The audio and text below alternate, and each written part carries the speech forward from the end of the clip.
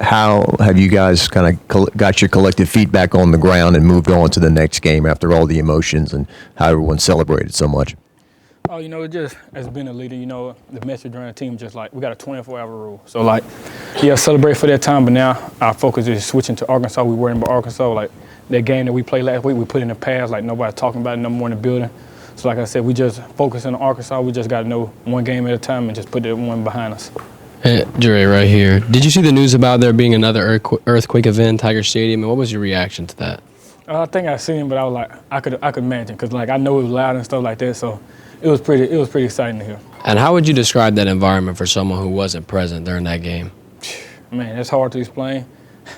I can just say, man, you just had to be there, because like I said, that stadium, that many people in there just is unbelievable, man. And you guys had a big test this week against that DB group, but y'all still went out there, succeeded, everyone did their part. What was the focus like heading into that challenge, and how were y'all able to execute it so well? Oh, our focus and attention to detail was still the same no matter who we played. Just because of Alabama, we're not worrying about that. So, our message is still like, just beat us, do what we do best, just win our one-on-one matchups, and just whenever we do that, we'll just come out with the win, and that's all that we focus on.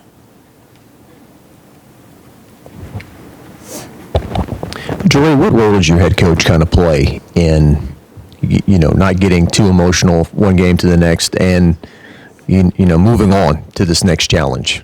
Seems like Coach Kelly, what role does he play in kind of setting the tone in terms of moving on to the next game? Oh, Coach Kelly, I can say that he haven't changed for no game. He's been the same no matter what, just our attention to detail, and especially him. He's been doing a great job with us, like getting us prepared each week, no matter who we play, no matter how big the game is or whatever. So, like, just seeing him the way he do that is like, he the leader of us, and like we just following him, and like I said, just the way he carries himself or whatever with that, it's been great. It looks like it's going to be a chilly day on Saturday. Your head coach said you guys trained outside when it was 40, 50 degrees. I mean, you feel like you're ready? There's going to be no factor in the game? Yeah, I don't feel like it is. Like, we all know it's going to be cold. We've been there before or whatever. And so, like you said, we just got to play no matter what it is. We're going to have to play in it regardless of whatever it is. So, like, I just feel like, yeah, we practice in the cold and all that stuff, so I feel like we're going to be ready for it. And in the game notes after this week, Kayshon Boutte racked up another catch, extending that streak. He now has a catch in all 24 of his games at LSU. How does he hold y'all to that standard? He has a standard of excellence, and I'm sure he helps y'all, raise y'all's as well. Yeah, no doubt. In our room, like, we all challenge each other no matter what. We all challenge each other to be better every day, especially from me and Kayshon, because, we're the two oldest or whatever. So, like, we challenge everybody. Like, it's just not, all right, we're just going to challenge you and that's it. So, like I said, just everybody in that whole room, we all compete, and we all just try to be the best that we can be. And how would you feel y'all are gelling together now after two big wins? I'm sure the chemistry, the morale, everything's sky high. Yeah, it's been great with it. Just the things that we do at practice that people don't see. And like I said, just that bond and stuff that we create out there, just working in and out our routes, whatever, with Jade and stuff like that. So I feel like all of it is coming together, and like, we just got to show it even more. Is Will Campbell country like your country?